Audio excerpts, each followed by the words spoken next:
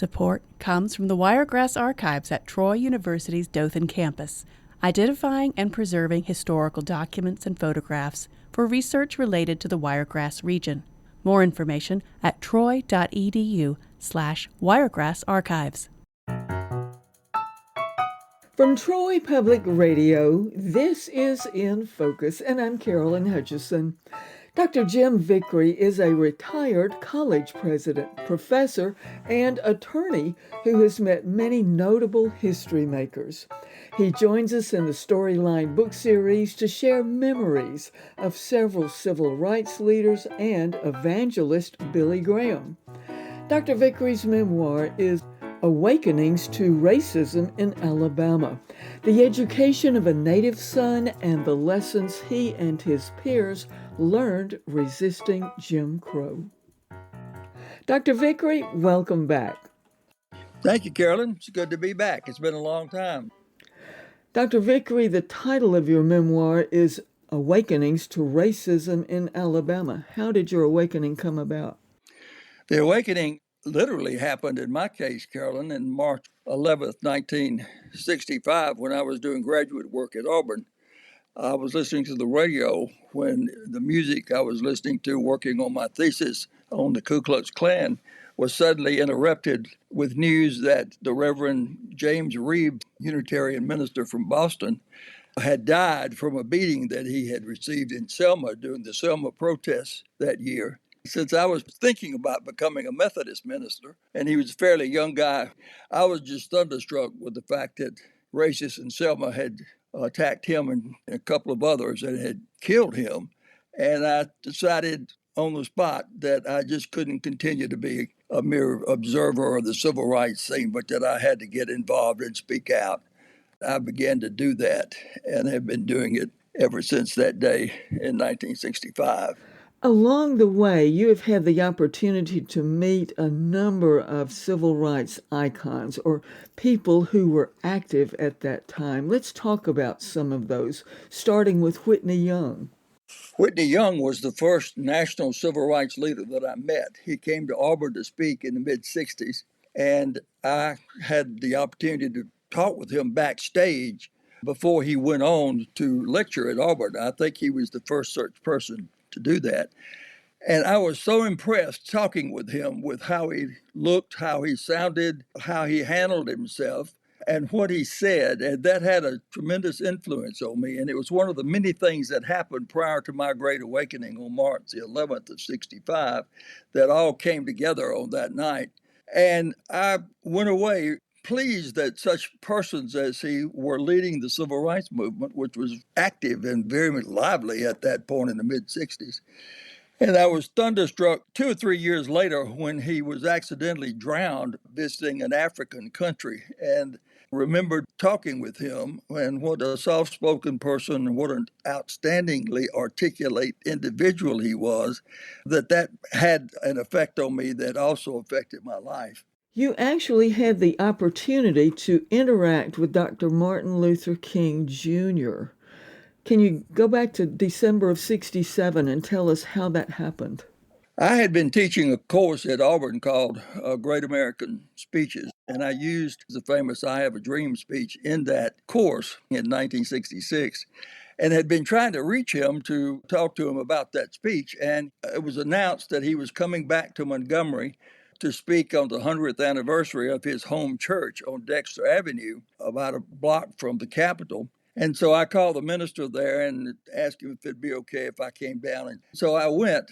I turned out to be the only white person in the congregation covering the event. And I was impressed to watch him perform live. I had only seen snippets of his speeches through the years and was impressed with his slow build up from a slow beginning until he got into his sermon and built toward a climax that is what usually winds up on the news. The same thing happened with the I Have a Dream speech. And I wanted to see that for myself, and I waited around afterwards and met him and Coretta and his whole family, and was so impressed with him and how he received me, the only white guy there in the audience, and told him I was teaching his speech in a course at Auburn. And he looked at me funny, like, I don't believe you were saying that. But it was true, and it certainly was one of the few such speeches being taught in speech courses in the South. And he impressed me with his interest in what I was doing and in how he handled himself. And I never forgot it and was particularly thunderstruck again when within 5 months he was murdered in Memphis.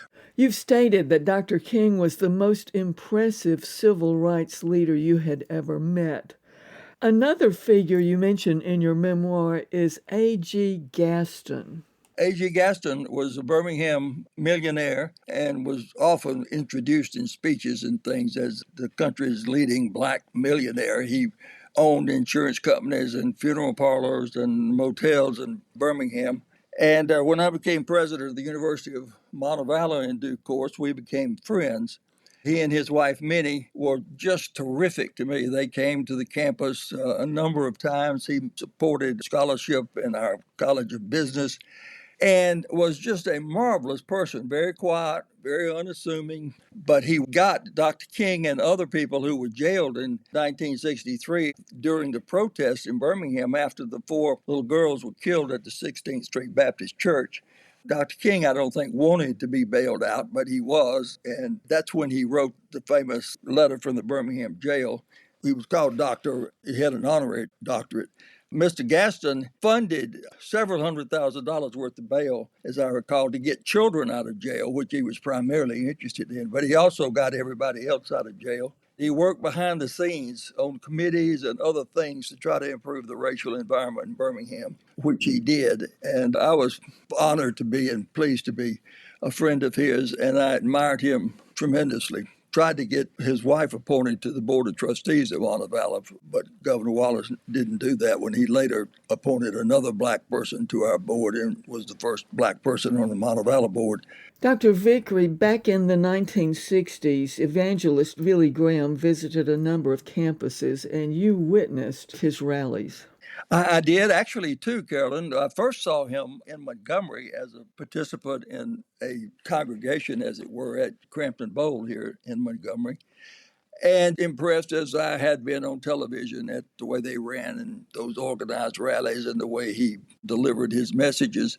He then came to Auburn, and before he spoke in what was then Cliff Air Stadium, a luncheon was held, and since I had been the previous SGA president at Auburn, the then current one, Bill Reneker, invited me to come to this luncheon, which I was delighted to do. I was in graduate school at that time at Auburn. And I met him. I had always wanted to meet him. I had heard him speak so many times. And as a speech teacher, I was interested in having that personal experience I could talk about in my classes. And I must say, of all the people that I've met over the years in various fields, he was perhaps the most impressive, immediate person that I ever met. He had Paul Newman blue eyes. He was tall, handsome, of course, with blonde, wavy hair, and was very personable. And I was quite impressed with him and so glad that I finally got to meet him. And I felt privileged to be there. Thousands of people attended his rallies. How were they organized?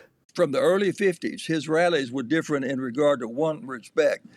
He insisted from the beginning of his ministry that his congregations be integrated. He did not speak to segregated audiences, which was rather remarkable for a guy from the South. That was the case at Crampton Bowl, and that was the case at Auburn. And I can't remember now if I told him how pleased I was that he did that. That was something that was not happening all over the country, and I was pleased to witness it.